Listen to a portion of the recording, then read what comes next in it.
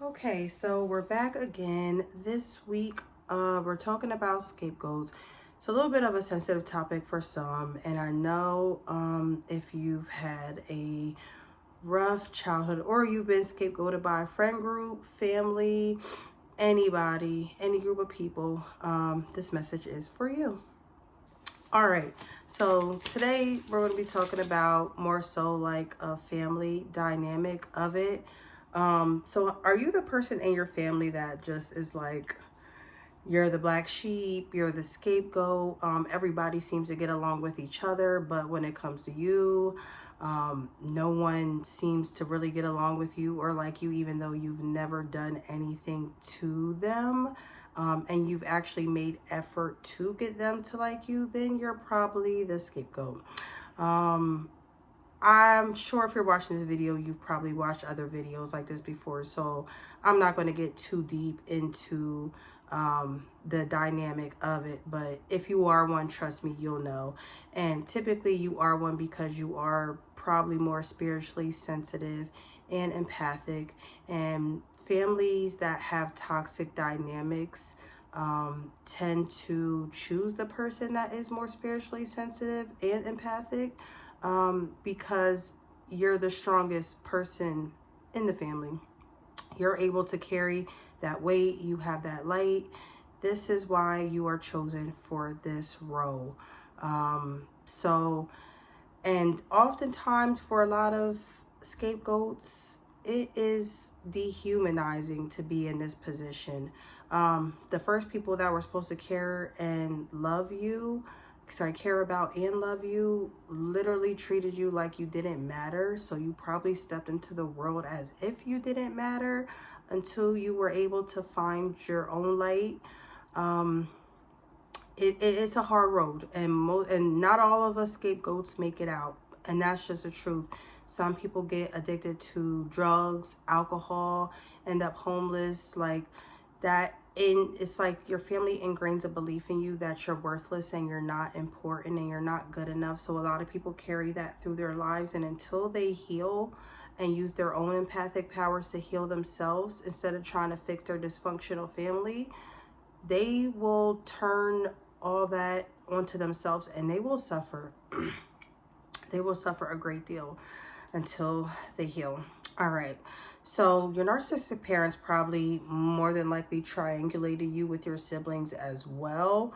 Often, obviously, picking a golden child, the scapegoat. In my case, I had a sister who was a golden child and a brother who was an invisible child. Now, the invisible child still gets emotionally neglected. However, they get off the hook a little bit because at least they don't have to bear the brunt of what the scapegoat has to bear.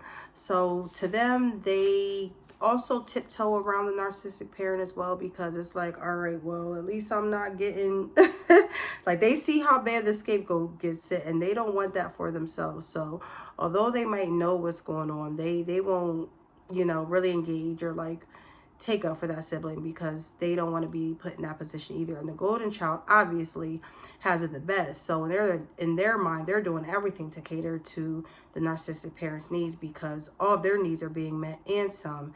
And they also see how their other siblings are being ignored and mistreated. So for them, it's like, well, shit, I don't, not, hell no, I don't know about y'all, but I'm good over here, so that ain't got shit to do with me. And some people, depending on their personality, will be like, that's wrong. Because narcissistic parents, their goal is to separate and triangulate their children against each other. So if they see the children are close, obviously picking favorites and loving one kid and not loving the other kids is going to cause some resentment and anger between the kids, which, later on the line, even if they did have a close bond when they were younger, they're obviously going to grow up to probably have some issues and not really like each other. And honestly, that's all the parents' fault. Like, it is. I blame the parents for that because if you show your kids equal love, attention, honesty, and sincerity, they're more than likely going to treat each other with the same honesty and sincerity. But if you're treating one kid bad and the rest like, okay, well, I love the rest of you, then more than likely the kids that are getting treated well are gonna grow up and be like, well, you know, my other sibling that was a scapegoat was never treated well, so I don't gotta treat them well neither. Like I said, it's a dehumanizing thing. They don't see you. It's like they stop seeing you as human. And when you do that and you lose empathy for somebody and stop seeing them as human, anything that you do to them doesn't, you know, there's no guilty conscience about it. Like, it's just no guilt about it because they're not human. They don't deserve it. Same thing would happen with Hitler and the Holocaust and Jewish people. Like, and slaves, once you dehumanize somebody, every bad action is justified. It is. And unfortunately, that's what happens in these family dynamics.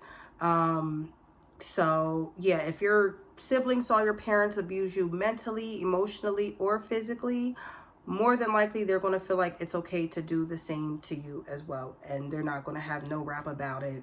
So yep, that's that. Also, you won't have anyone else to turn to in the family because more than likely that narcissist parent made it that way, that not only were your siblings probably against you, your whole family was probably against you. You know, your parent opened that door to make it okay to say, hey, my kid's a dumping ground for your bad emotions. And in a dysfunctional family, they're like, oh, great, you know, we're looking for a target. You know, a parent's job is to protect their child. You know, the first thing that, if anyone, you know, were to try to attack a child, a good parent would be like, oh, hell no, not my kid, whether that be emotionally, physically, mentally, you're not going to harm my child. No. But a narcissistic parent will say, okay, well, you don't touch my golden child. You know, you don't even touch the invisible child. But the scapegoat, all bets are off. Like, have at it, like open field day. So that dysfunctional family says, okay, well, their parent is allowing it. Now the other dysfunctional family members may not allow that to happen to their kids. Sometimes there can be multiple scapegoats, but typically if one really good one is chosen, there will need to be that many. So yeah, so the scapegoat won't really have anywhere to run to. They won't feel like they have anyone else to talk to about what's going on. Like, they might feel like, okay, everybody else is, you know, treating me this way. This must be normal. So they go out to the world and they normalize being treated like garbage because that's what they were used to in their family units.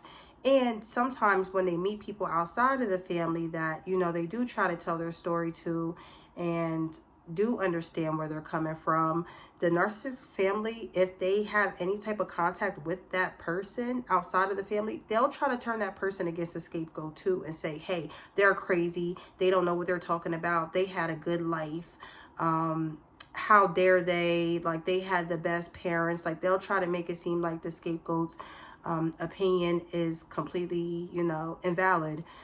Which that leads to a lot of damage to the scapegoat as well, because when you live your whole life feeling invalidated and that your opinion doesn't matter and it never mattered, you know, that's a really, that's a hard pill to swallow. That's a tough thing to carry throughout life, just not feeling like you're not good enough and you don't matter, and no matter who you tell, that no one is going to believe you. It's almost like you're right there, you know, at the surface of water. Like, say you're drowning, it's like you're right there, like all you have to do is stand up and you can catch your breath.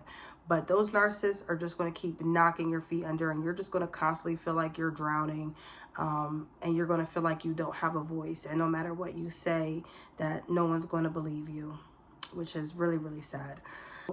What it really comes down to, why your narcissistic parent does this, and I'm sorry to say a lot of us have struggled with, like, obviously it's one thing to be like, okay, I was treated differently, I was put down, I had to carry, you know, the family's emotional burdens.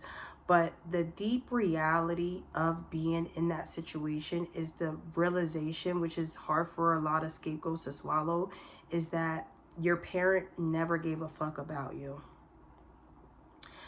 And there's nothing you could do to make them care.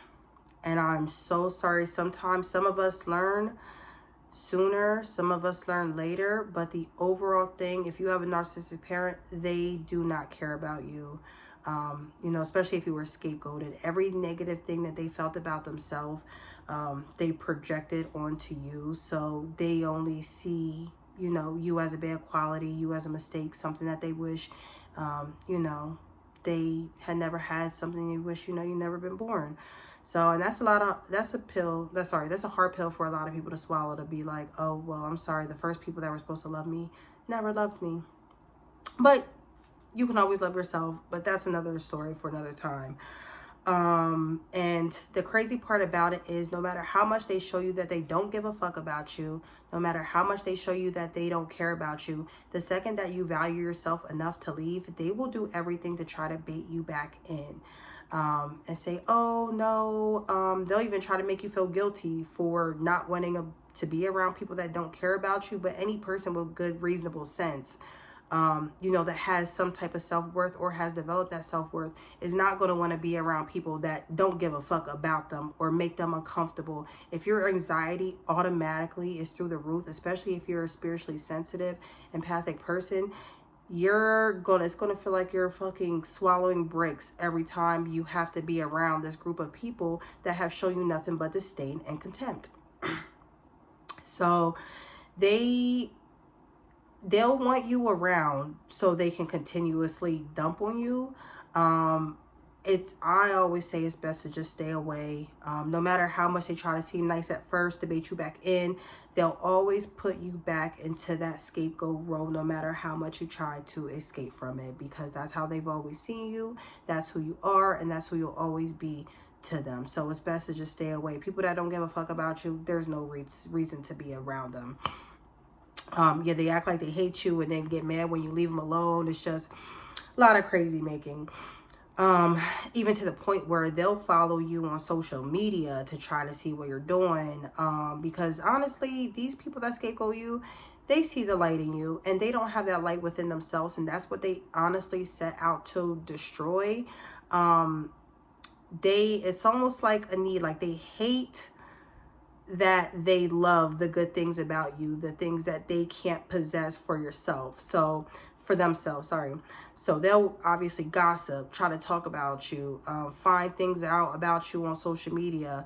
Don't tell these people shit about your personal life. Do not add them on your social media if you post your personal life on social media. If you're not around, any ammo that they can use to try to further their narrative that you're a shit person, they will. Don't give them the fucking ammo. Do not give them the fucking access to your life. It is your life. Yeah, your personal business is off guards with these people. They'll have a field day in the group chat talking about you. So you want to talk about, you know, family's supposed to be supportive, loving. Oh, that's be your first ground. No, trust me, this is going to be your first group of enemies that you don't want to tell anything about, anything that you're going through, anything hard, anything difficult, because they're going to get a laugh out of it, and they're going to, you know, they love to see you down. They love to see you suffering. So you know what? The best thing you can do is be happy around these people and show them, you know what? No matter what you try to do, I'm still going to be happy, and I'm still not going to give a fuck about your opinion, because clearly you're not the type of person that I need to care about your opinion, because you're a piece of sorry. So yeah, they really get an ego rush. They really get a high from degrading someone that they know deep down has more heart and soul with them, and someone that they could never outshine. Because why would it take a whole group of people to try and tear one person down? Like, doesn't anyone find, I mean, scapegoats really have to really think and reflect, like, doesn't anyone find that odd? Isn't that a little weird that it takes a whole group of people to attack one person? What does that say about the strength of that one person, that a whole group of people would need to come against them? And it still not work.